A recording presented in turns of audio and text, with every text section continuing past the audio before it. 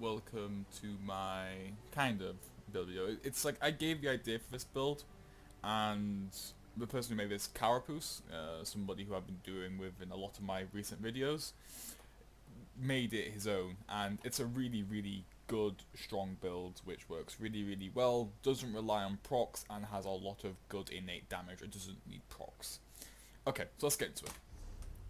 So, I am running 4 pieces of air. That's on my body. 3 impen, 2 well fitted. My well fitted bracers and my Spriggan belt. And then a Belladref head and shoulder. I want to buy well fitted shoulder, please. That'd be amazing.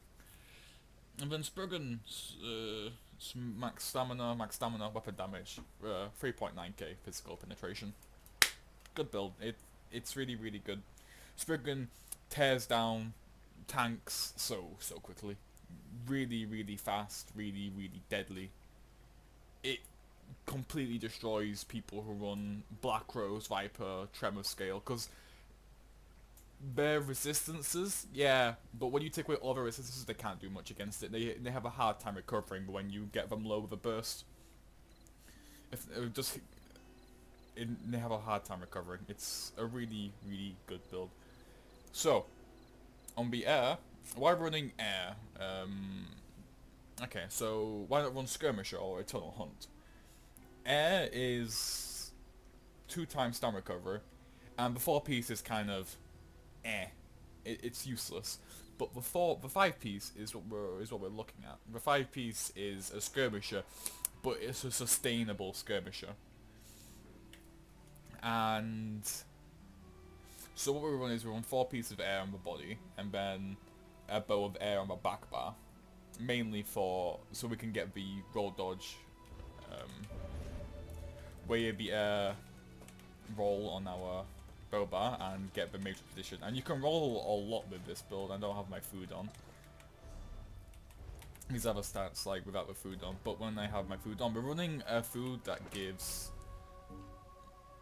max health and stam recovery, and it gives a lot of stam recovery. 4,457. That's a lot of stam recovery.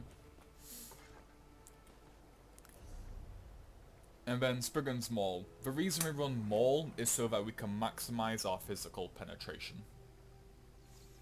The physical penetration, like, okay, so we have around 12k, 13k physical penetration with this.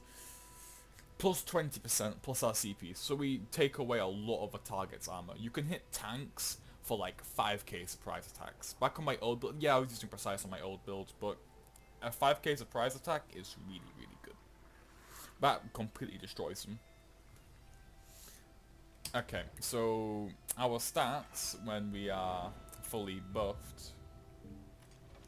So we roll onto that, and then we have 3,300 weapon damage, and with potions, our recovery looks like that. But if we go proc our weapon damage enchantment, 3,800.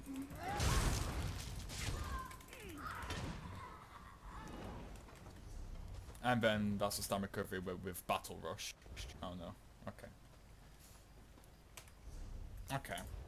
And for the skills, Surprise Attack, Mass Hysteria, Ambush, Executioner, Rally, Incap. Same old, same old. And if you want to know what our what the buff looks like, 8.4k Surprise Attack tooltip. And then on our Incap, 13.1. That's without our weapon damage enchantment. I could probably go proc it here as well, actually. Is it proc? Yeah, 14.1k.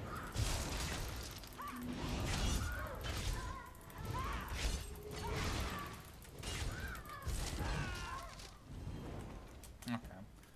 So the penetration from this is really, really good. And then, on our back bar, Shadow Image, it's too good not to use. Shadow Image is too damn good. You put it down, you kite around, and then you fall back to it.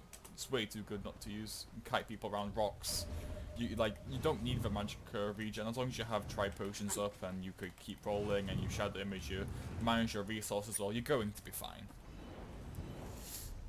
And then of course, poison injection, way too good not to use. It's a dot, and it hits hard at low HP, plus incap, it gets damage increased by incap. It's just a really good way of finishing off tanks. And Shuffle, Resolving Vigor, Shadow Disguise, Salt Tether.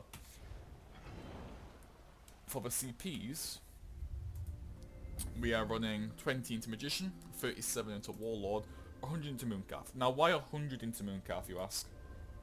It's because I'm a Wood Elf, and Wood Elves get 21% more stamina recovery. And that plus our CPs just helps us maximize our stamina recovery. If you aren't a Wood Elf, if you're a Red Guard, a Khajiit, or any other race, I would recommend Warlord. Stack more heavily into Warlord, so I'd say around 100, about 80 or so into Warlord, and more and then a few more, and then a few into Mooncalf.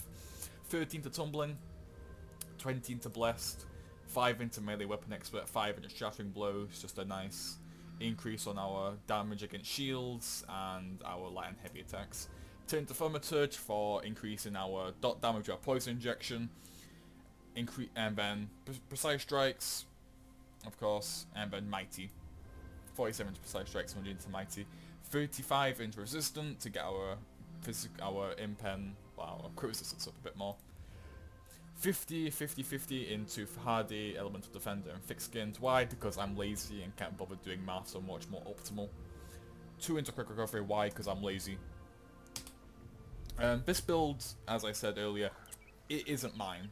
It's a build that was made by Carapace, and I'll be linking his build video and his channel down below. I do enjoy this build. This build's a lot more fun than the proc blade build I was running previously. It's a lot more fun and it's a lot more enjoyable. It leads to some better fights. But thank you for watching this video, and please go check out Kahra's channel. He's a really, really good Stamblade, and